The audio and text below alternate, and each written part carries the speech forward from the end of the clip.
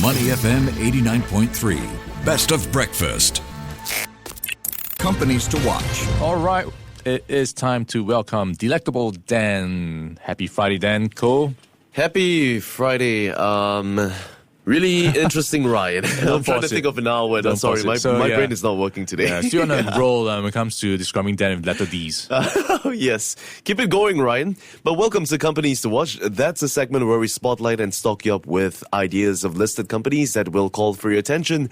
So we're looking at market trends to risks as well as hidden gems or warning signs to steer clear of. 8855-0893 and tell us whether you think it's going to be hard or not. You ready, Ryan? Let's go. Okay, for years, UnitedHealth Group was the envy of the healthcare industry, a vertically integrated giant that controlled the insurer, the doctor, the pharmacy, and the software connecting them. That structure had fueled years of dominance and outsized growth. In fact, in 2024, United Healthcare Group's stock appeared to be on an unstoppable upward trajectory, reaching an all-time high of $625 per share. But now, what made UnitedHealth so formidable is finally becoming a liability.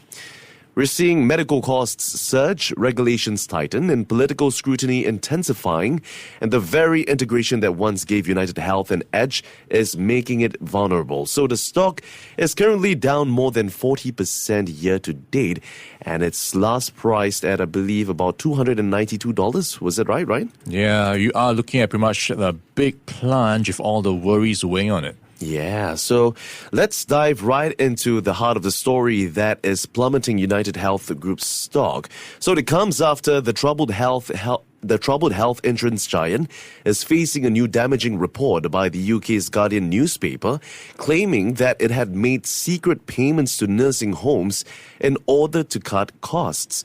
The investigating reporter claimed that the company also staffs nursing homes with its own medical teams, and in at least several cases, residents who needed immediate hospital care did not receive it after UnitedHealth staffers had intervened. Yeah, so these secret payments to these nursing homes are to entice them to avoid transferring them to hospitals for additional treatments, which of course the insurer might need to pay for. Yeah. So not a great look. Certainly not a great look. I mean, how would you feel if your insurer is doing that, Ryan? Yeah, I'm not feeling surprised that they are under so much pressure right now. Oh dear. Now, the alleged action, part of a series of cost-cutting tactics, has saved the company millions of dollars for the past few years, but at times risked residents' health.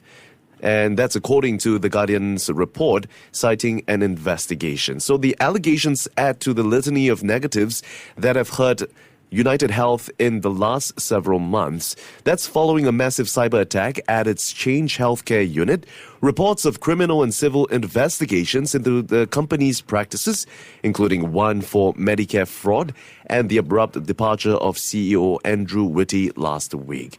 So like I've mentioned, the shares has stumbled all year, losing more than 41% year to date.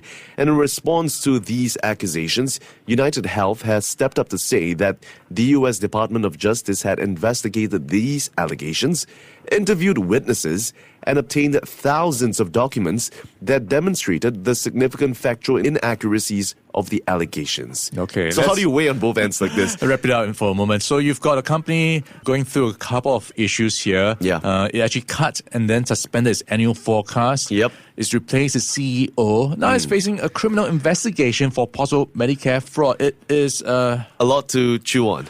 Lot of trouble. Yes, certainly. And now they've stepped up to say that no, it's false. So it's a bit hard to weigh on how we should feel about this, but it certainly paints not a very rosy outlook for UnitedHealth, at least. Now, the company also said in an emailed statement that the DOJ declined to pursue the matter after reviewing all the evidence during its multi-year investigation. So the incidents are also part of a larger program which the insurer has inserted itself into the day-to-day operations of nearly 2,000 nursing homes, Ryan, around the nation.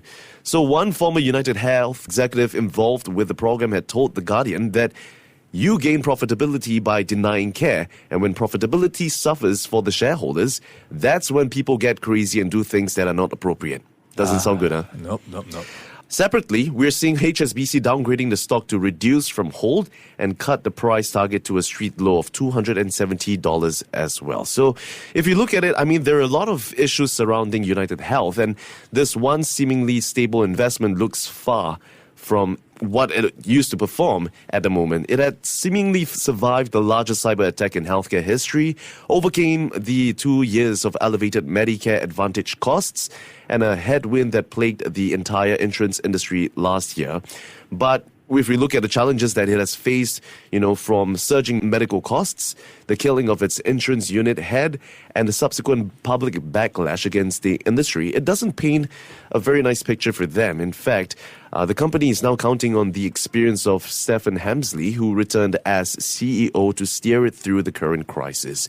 But for now, having considered all things, I'm probably going to go with a nod. Yeah, there is a lot to get through. So the leadership change, the reputational hit. I don't think it's got a lot going on right now. So there is also the outstanding investigation for Medicare fraud. Yeah. And then all this is just not news that it needs to get into right now as it tries to get its business underway and turn it around. Yeah, certainly. And it does seem like, higher medical costs and pressure on drug pricing and its pharmacy benefit management unit, Optum RX, that is likely to upset its company's recovery journey. So, yeah, that will pretty much do it for our Stock in Focus for today, UnitedHealth. Now, here's a fun fact about UnitedHealth, Ryan. Now, the company was founded by physicians and other healthcare professionals in Minnesota back in 1974 under the name Charter Med. The group is ranked number 4 on the Fortune 500. That's behind Walmart, Amazon, and Apple, and well ahead of CVS Health. So yes, it's basically the largest healthcare company on the list. So what's it called when you're still on your mom's health insurance, Ryan? A rider?